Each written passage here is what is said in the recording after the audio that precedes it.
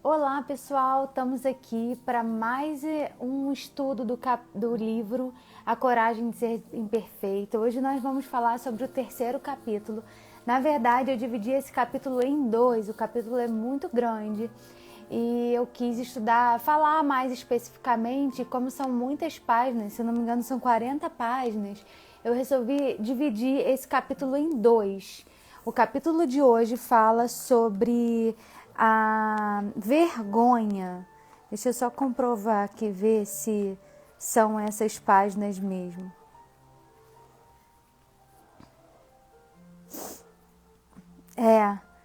São 40 páginas o capítulo que fala sobre compreendendo e combatendo a vergonha. Aí então eu dividi um pouco, eu não vou falar sobre esse capítulo inteiro hoje, tá? Vou esperar um pouquinho o pessoal entrar. Oi, Dani, tudo bem? Bom dia. Eu não sei se vocês estão lendo, estão acompanhando. Lembrando que eu não faço uma leitura total do livro, né, dos capítulos. Eu leio, com base naquilo que eu sei, eu acabo complementando um pouco, né? É mais um debate, né, sobre os temas que aqui vão aparecendo, tá bom? Ele inicia o capítulo falando a seguinte coisa, né? A seguinte frase que eu achei muito interessante. Ele diz assim: a vergonha extrai o seu poder do fato de não ser explanada. Por quê? O que ele quer dizer com isso? É, porque a vergonha faz com que a gente silencie, a gente não fala sobre ela, né?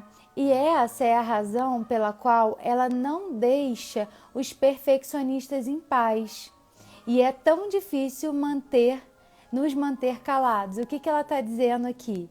Que a gente não explana a vergonha, a gente não fala sobre a vergonha e ao mesmo tempo isso gera uma tensão muito grande na gente, porque a gente quer melhorar e ser perfeito a cada sensação de vergonha que a gente tem. Então, se eu tenho sentimento de vergonha dentro de mim, eu fico quieta e tento cada vez melhorar mais, me cobrar mais, mas num sentido não positivo, né? Num sentido de uma cobrança muito intensa que gera o perfeccionismo. E a gente sabe que não existe nada perfeito, né? Então, é isso que ela está dizendo aqui.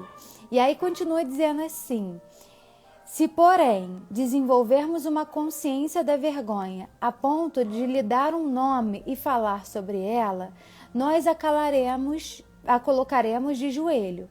Então, o que ele diz aqui? Se a gente entende a vergonha, se a gente entende o que nos causou a vergonha, se a gente fala sobre isso, a gente dá lugar a ela.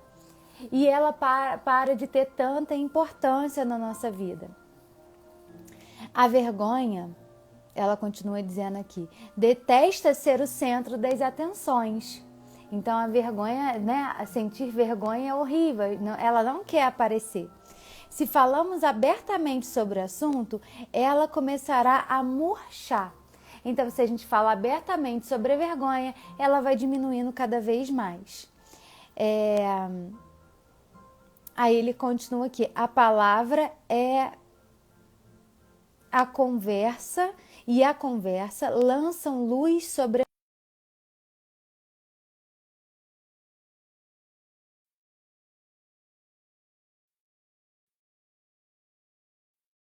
Tá me ouvindo, Dani? Vocês estão me ouvindo direitinho? Eu recebi uma ligação aqui e acabou falhando a conexão.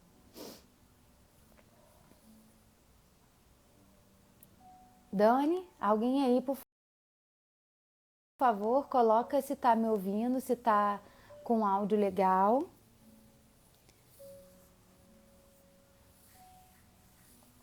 E aí no final eu vou continuar aqui, tá, gente?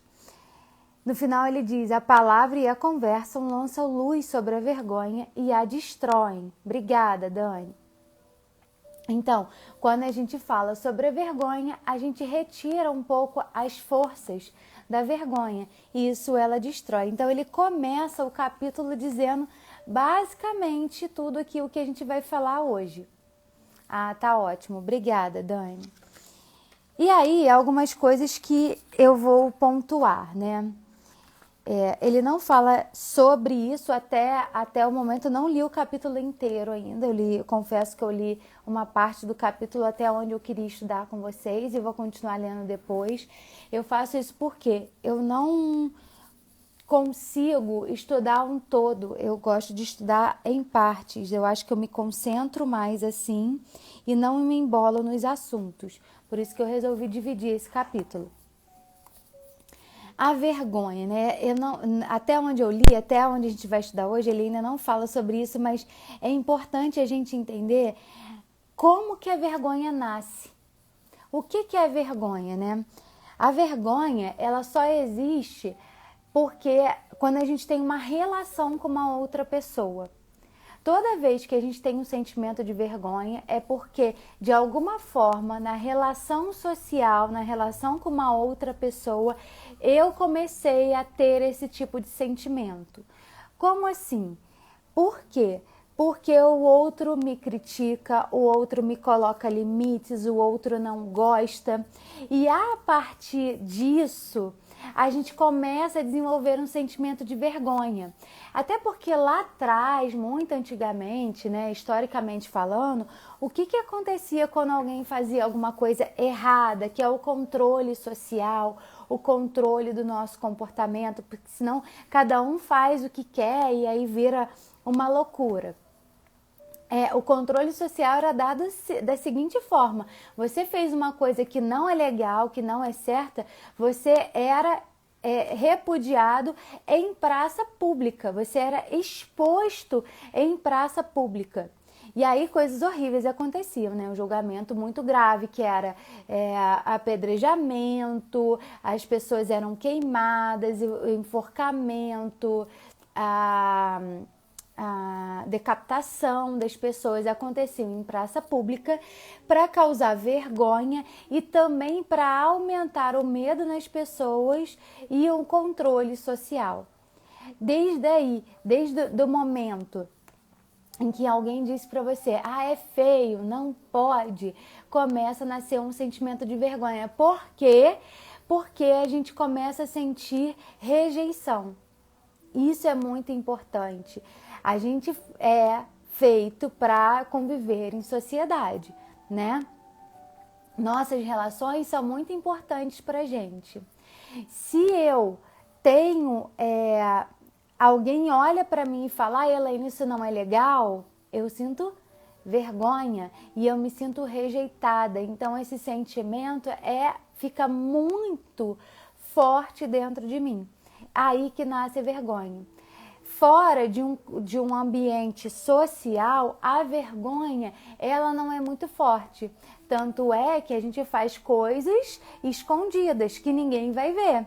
E quando a gente faz, a gente sabe que o outro vai reprovar, mas a gente faz e não sente vergonha. Quando nasce a vergonha? Quando entra uma segunda pessoa no processo. Não é assim que funciona? Então, das nossas relações sociais, nasce o sentimento de vergonha. E muitas pessoas conseguem bloquear totalmente a ação que faria, né? E outras pessoas não, começam a fazer de forma escondida e só não fazem aquele comportamento quando estão expostos de forma social, né? Quando estão no convívio com outras pessoas. Ficou claro essa explicação sobre como que nasce esse sentimento de vergonha? Lá na frente, eu vou até ver se eu consigo achar um pedaço que ele fala. Eu falo lá na frente porque eu antecipei um pouco. Desligue as luzes. Pronto, luzes desligadas. Ligue a TV. Deixa eu ver aqui se eu acho. É fácil assim. Com dispositivos de casa inteligente e compatíveis, você controla seus eletrodomésticos e luzes por voz. Saiba mais sobre dispositivos de casa inteligente compatíveis com seu dispositivo. Não tô achando a parte que ele fala sobre isso. Se eu achar, depois eu falo de novo.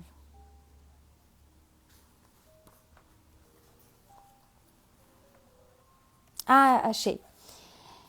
Na parte que ele fala assim, o que é vergonha e por que é tão difícil falar sobre ela. Ele fala assim, ela fala, né, a autora fala, somos psicologicamente, emocionalmente e cognitivamente e espiritualmente criados para o amor, para os relacionamentos e para a aceitação. A conexão, o vínculo, é a razão de estarmos aqui e é o que dá significado e sentido à nossa vida.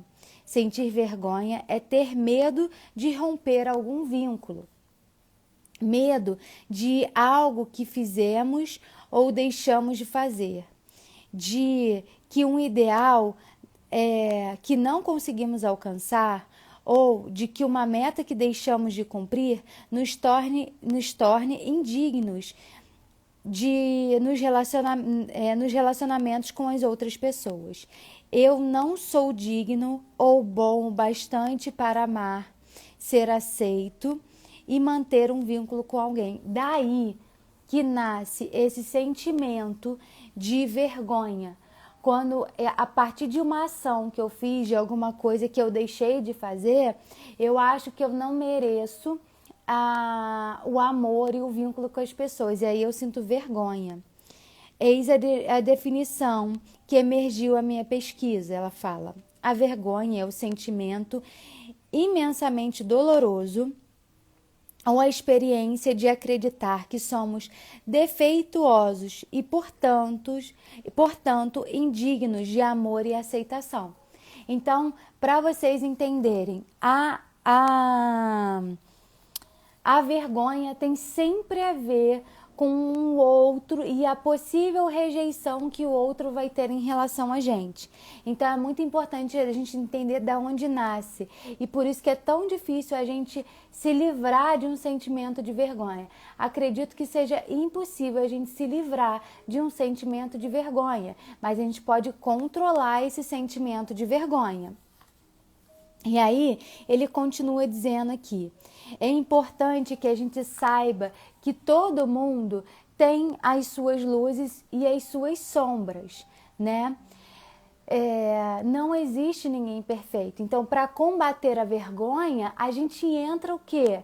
Num padrão de perfeccionismo que ele não é real e a gente se tortura com esse padrão de perfeccionismo, porque o perfeccionismo também vai fazer com que a gente queira que o outro veja, olha só como que eu sou legal, como eu faço as coisas direitinho, como que eu mereço ser amado. Então o perfeccionismo tem a ver com isso, eu também quero mostrar para o outro que eu sou digno do amor. Só que a gente não é nenhum nem outro, a gente não é totalmente luz nem totalmente sombra. A gente está o tempo todo com esses dois sentimentos, com essas duas atitudes dentro da gente, né? Deixa eu ler o que Dani colocou. Acho que se a pessoa tiver consciência que trouxe a vergonha, ela pode aproveitar e tomar positivo. Passei por isso quando, ao beber demais, passei dos limites na casa de um casal de amigos. Senti muita vergonha e resolvi mudar o hábito que estava sendo nocivo em minha vida. Perfeito, Dani. Aqui no livro ele vai falar um pouco sobre isso, sobre o que me causa vergonha. Talvez, se ao fazer isso, de repente, se você estivesse sozinho em casa, você não teria tido esse sentimento de vergonha. Provavelmente não. Você teria uma ressaca, mas o que a gente pode ter? O que faz a gente, às vezes, mudar um comportamento porque tem uma vergonha? A questão moral. Quando a gente fala de bebida, né, a gente fala de duas ressacas. A ressaca física, né, a sensação ruim no corpo, passar mal, e a ressaca moral. Olha o que as pessoas me viram fazendo. Tá vendo como tem a ver com o outro? E é claro que a gente pode ter consciência, ressignificar e falar, não quero mais isso para mim. Isso não é importante para mim. A gente faz um levantamento e a gente aprende e a gente muda essa ação. Mas é importante a gente entender isso, que tem a ver, a gente erra e a gente não entrar nesse padrão de perfeccionismo, mas saber que tem muitas coisas que a gente pode mudar porque não são positivas pra gente, tá? Muito bom, muito boa a sua colocação, Dani. E aí, continuando, né? Aí ele fala sobre esse padrão de perfeccionismo que a gente acaba construindo porque a gente quer mostrar para o outro que somos perfeitos. E aí depois ele fala, isso que a Dani colocou, a vergonha admitida não cresce. Então, todas as vezes que eu admito para mim esse sentimento, que eu falo sobre esse sentimento, eu não deixo a vergonha se tornar imensa dentro de mim. E eu acabo aliviando um pouco esse sentimento. Então, por isso que falar é uma das estratégias de enfrentamento da vergonha. Eu falar sobre o que aconteceu é importante, né? A gente mostrar para os outros, até que diminui esse padrão de perfeccionismo. A gente tenta esconder, lembra que eu falei lá no início? Isso aumenta o padrão de perfeccionismo, não devemos falar sobre isso. E quando a gente não fala, a gente se torna prisioneiro da vergonha. A gente fica querendo esconder e às vezes a gente entra num estado até de mentira, a gente começa a mentir, inventar situações para fugir desse sentimento de vergonha e acaba se sentindo mais aprisionada ainda naquela situação. Por isso que não é o melhor. E a vergonha, ela traz um outro efeito ruim pra gente, porque ela acaba impedindo, dificultando a nossa criatividade, porque ela tira da gente a nossa espontaneidade. Por exemplo, eu quero falar alguma coisa, eu quero perguntar alguma coisa, só que eu tenho medo de ser julgada, eu tenho vergonha de ser julgada, porque quando eu sou julgada, eu sou rejeitado pelo outro, eu não quero ser rejeitado pelo outro. O que eu faço? Eu fico quieta. E às vezes a colocação que eu tinha para fazer naquele momento ali era uma excelente colocação. As pessoas iam aprender e talvez eu ia criar alguma coisa a partir daquilo ali. Mas aí o que eu faço? Eu fecho, eu bloqueio aquilo. E aí o medo da vergonha vai sempre impedindo que a gente tenha a nossa espontaneidade e a nossa criatividade. Aí o que a gente faz? A gente fica um monte de robô. Porque a gente faz o que outro faz, a gente fala o que outro fala, porque a gente tem medo. A gente tem medo da crítica e da rejeição.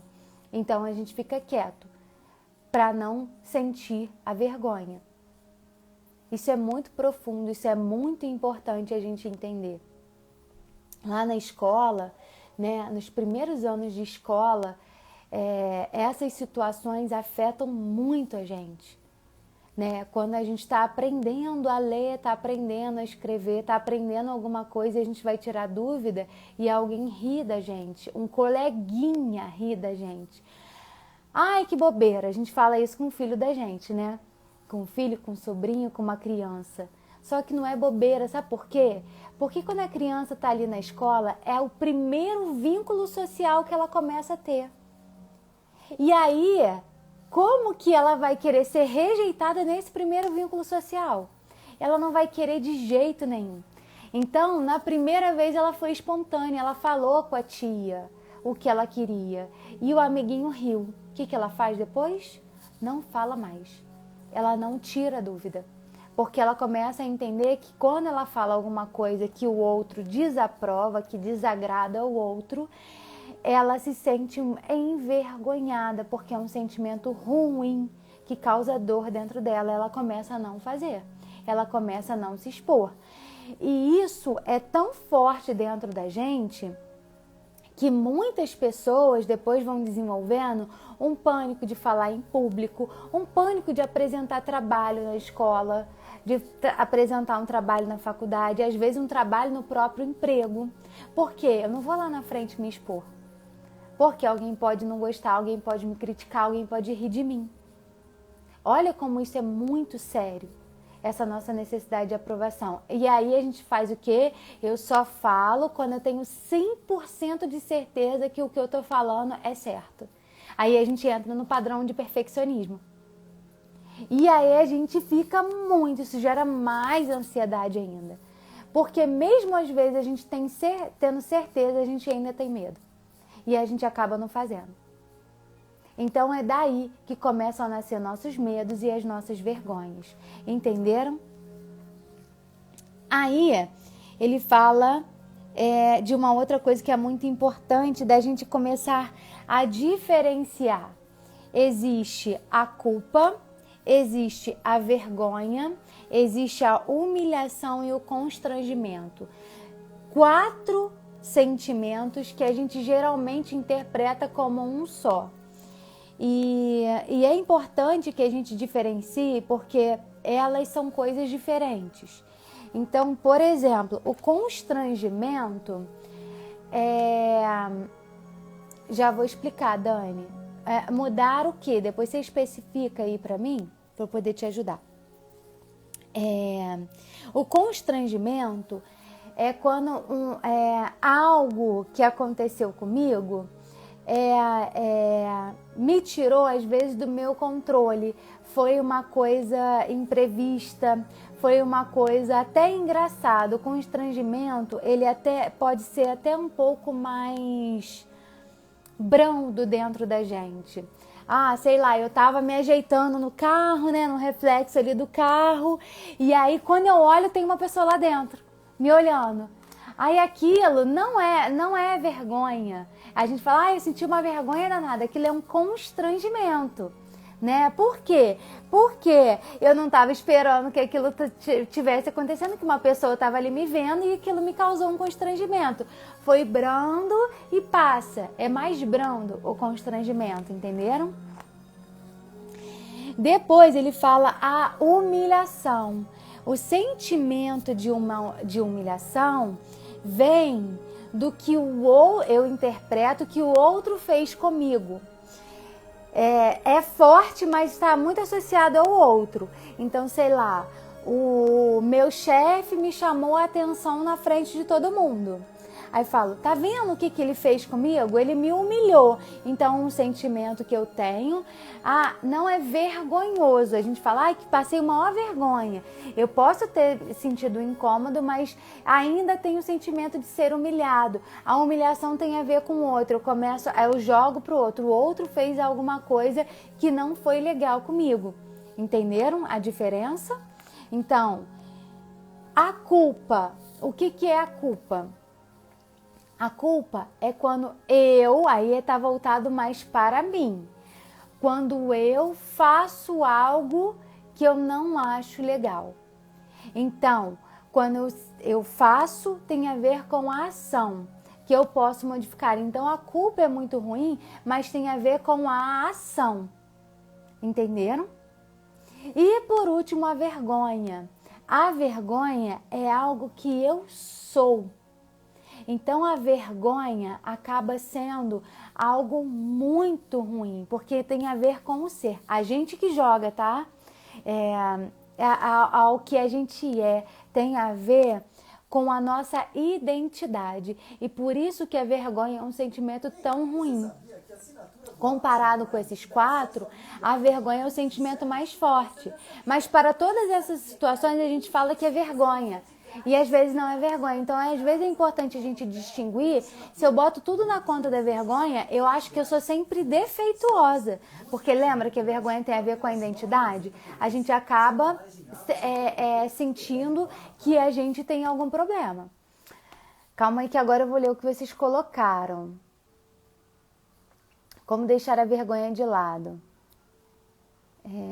Saber falar em público, por exemplo. A vergonha se confunde com timidez. Exatamente. Aí, o que acontece em falar em público, Dani? Deixar a vergonha de lado, a primeira coisa que você falou aí. Acho que é impossível, porque a gente convive em sociedade. Lembra que a vergonha nasce da relação com o outro? Quais são as pessoas que têm menos vergonha? Tem algumas pessoas, e eu vou dizer quais são. Pessoas que têm uma personalidade antissocial têm menos vergonha, sentem menos vergonha. Por quê? Porque ela não se importa com o outro, com o que o outro pensa. Então, é muito mais difícil essas pessoas sentirem vergonha. E pessoas que têm transtornos mentais graves, que ela também está no mundo dela, ela não está olhando para o outro, né? Nem que ela não se importa, ela não está olhando para o outro, ela está olhando para ela. Então, dentro desses quadros, né, da psicopatia da questão de transtornos mentais graves, que talvez a gente não sinta vergonha. Mas nós somos neuróticos, né? O neurótico é o quê? São pessoas que estão o tempo todo vinculadas com o outro. Então é muito difícil não sentir vergonha. A gente pode controlar, a gente pode colocar a vergonha no lugar dela, mas não sentir é muito difícil. E aí, ao falar em público, exatamente, a vergonha se confunde com a timidez. O que é ali falar em público? Você pode ter uma vergonha porque tem pessoas te olhando, né? Lembra que nasce da relação com o outro? Então eu me sinto envergonhada, eu tenho medo de passar vergonha, né? Na verdade. E aí, o que eu quero fazer? Eu me calo. Porque eu tenho medo, então é mais fácil ficar tímida. Como eu faço esse trabalho? Como eu diminuo esse estado em mim? Eu começo a entender que eu tenho qualidades e que eu tenho defeitos e que eu posso errar, que isso é normal e que eu posso não me sentir bem com isso, mas que isso é normal. Entenderam? Então, isso vai amenizando aos poucos esse sentimento. Não é bom a gente entender que a gente errou, que a gente falou uma besteira, isso não é bom e nunca vai gerar um sentimento bom, mas eu posso amenizar isso dentro de mim. Então, toda vez que eu for falar em público, que eu for falar, eu tiro o padrão de perfeccionismo. Ai, meu Deus, eu tenho que falar tudo certo. Ai, meu Deus, o que vão pensar de mim? Não, eu vou tirar esse padrão de perfeccionismo e eu vou falar para mim, eu vou lá e vou falar. Eu vou lá e vou fazer. Se eu não der conta, eu lembro que assim que eu comecei a fazer palestra, nossa, acabava comigo. Eu ficava muito nervosa. Até um dia que eu falei, Elaine, você não tem como prever o que vão te perguntar. Você não tem como prever o que vai acontecer. Você vai lá e fala aquilo que você sabe. Você não sabe tudo e tá tudo bem. Se alguém te fizer uma pergunta que você não sabe, você vai dizer que você não sabe e que você vai pesquisar e depois você responde. Só que você tem o direito de não saber tudo e tá tudo bem. E desde que eu passei a controlar mais os meus pensamentos em relação a isso, eu consigo fazer mais tranquilamente. Né? Ainda sinto às vezes o incômodo, tenho vergonha, a timidez às vezes tenta entrar e eu tento controlar, entendeu?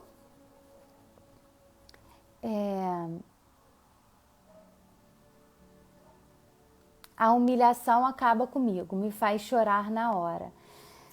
Então, esse sentimento de humilhação, depois você bota o seu nome aqui, Esporte Bike Cordeiro, eu acho que é Kelly, não tenho certeza. Humilhação tem muito a ver com o sentimento, aí pode ter a ver até com a ferida da humilhação, de você se sentir, talvez cresceu num ambiente altamente crítico, né, em que o erro era visto como uma coisa muito ruim e que o erro tinha uma punição talvez muito além do que deveria. E aí você começou a desenvolver esse sentimento. Pode ser isso, sabe? quando a humilhação ela é muito forte, provavelmente na nossa infância, o medo da humilhação, porque você viu, a humilhação, ela não deve ser tão ruim. Talvez não é humilhação, talvez seja vergonha. Aí você pode parar para analisar. Das 4 que eu dei o exemplo, se você não está confundindo essa humilhação com vergonha. Porque a humilhação tem a ver com o que o outro faz comigo. Então, às vezes é até mais branda, porque eu atribuo ao outro, eu jogo a responsabilidade mais pro outro. Talvez venha um sentimento muito grande de vergonha, e aí essa coisa da identidade, eu sou um fracasso, eu não consigo, eu sou defeituosa, e aí por isso que te gera uma sensação, um sentimento tão ruim. Pode ser isso, tá? Eu não sei se eu consegui te esclarecer, mas eu acredito que seja isso. Então, a gente saber diferenciar, por isso que eu falei dos 4, que eu achei muito legal essa diferença que ela fez aqui no livro, porque a gente atribui tudo a uma coisa só e às vezes não é, a gente está nomeando errado. E se a gente não vê que talvez é uma coisa de identidade, como a vergonha, é uma coisa que tem a ver com a minha identidade, eu sou defeituosa, aí eu também não posso, eu preciso amenizar esses sentimentos dentro de mim e entender que eu não sou. Na maioria das vezes a gente está, né? A gente faz alguma coisa, a gente pensa em alguma coisa, mas a gente é toda hora suscetível à mudança, né? Se a gente se dispor a isso, é importante isso. Eu preciso entender e eu preciso entender que eu mudo o tempo todo. Então, a minha identidade está sempre mudando. Se eu não ficar atrelada a uma rigidez de pensamento muito grande, né? Então, vocês entenderam essa diferença? E aí aqui, né, ela coloca pra gente... que foi até aqui que eu estudei, deixa eu falar com vocês exatamente até onde que eu fui. Eu estudei até a página 56 desse capítulo. Que aí eu não fui mais adiante. Ela vai fazer uma diferenciação de homem e mulher e tal. Aí eu não fui mais adiante. O que ela fala aqui? Como a gente lida, né, com a vergonha? Qual é a melhor forma de lidar com a vergonha? Eu acho isso muito interessante, isso funciona mesmo. A melhor forma da gente lidar com a vergonha é a gente falar sobre ela. Então eu vou contar para alguém, é claro, gente, isso é muito importante. Você vai contar para alguém que consegue ter empatia, que não tem um padrão crítico muito grande. Porque se você conta alguma coisa que aconteceu com você para uma pessoa que tem um padrão crítico e ela te critica, sua vergonha vai aumentar. E aí não vai adiantar. Você vai falar sobre a sua vergonha para alguém que vai rir com você, que vai ouvir de forma empática. E aí essa vergonha ela vai se tornar mais branda. Porque você vai ver que você não perde as pessoas, que as pessoas não vão te rejeitar por aquilo que aconteceu. Então isso é muito importante. Desde que eu comecei a compartilhar, eu tinha um padrão de perfeccionismo muito grande. E aí eu comecei a falar mais sobre... que aí, né, entrava uma timidez muito grande, eu nunca falava sobre mim, claro que não, né? Não podia errar, tinha que ser tudo perfeito. E aí eu comecei a falar, eu comecei a rir dos meus erros, eu comecei a falar sobre os meus erros. E desde que eu comecei a fazer isso, eu não me lembro quando que eu aprendi isso, tem um tempo já, tem uns bons anos isso já. A vergonha se tornou bem mais branda dentro de mim, bem mais, sabe? Eu entendo que eu vou errar mesmo, que isso acontece, eu não me cobro tanto. Quando eu faço alguma coisa errada, eu vou lá e falo, olha só o que eu fiz, eu conto para alguém, geralmente para alguém que vai rir, talvez vai até compartilhar também uma coisa engraçada que aconteceu com ela. E isso tem ficado muito mais suave dentro de mim. Então, talvez isso, tá, Dani? Pode te ajudar também. É você compartilhar, falar mais sobre isso. Acho que você não tem essa dificuldade, né, em compartilhar, mas só compartilha com as pessoas certas. Não adianta você falar, por exemplo, né, na nossa família a gente tem pessoas muito críticas. Geralmente as pessoas que mais nos criticaram estão ali dentro da nossa família. Se eu compartilho para alguém que já tem um padrão crítico e que vai me criticar, eu vou me sentir péssima, eu vou me sentir pior ainda. Então, é melhor não. É melhor que você compartilhe com alguém que às vezes ela tem um padrão crítico, mas você não tem tanta intimidade. E que vai conseguir relevar mais o seu erro. Porque a gente faz isso o tempo todo, não é? O erro, quando eu cometo, é um erro horroroso. Quando o outro comete, às vezes eu falo, coitada, a pessoa eu suavizo no outro. É mais fácil a gente fazer isso. Embora em outros momentos a gente tenha um padrão de julgamento muito grande, a gente também condena muito, a gente oscila, né?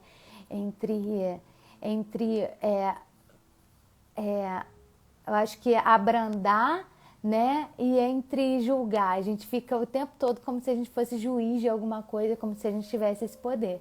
Então, dependendo da situação, a gente acaba fazendo essas coisas, né? Ou eu julgo demais, ou eu abrando demais a pena do outro. E, na verdade, eu não tenho que estar fazendo nenhum nem outro, porque o que diz respeito à vida do outro, diz respeito à vida do outro.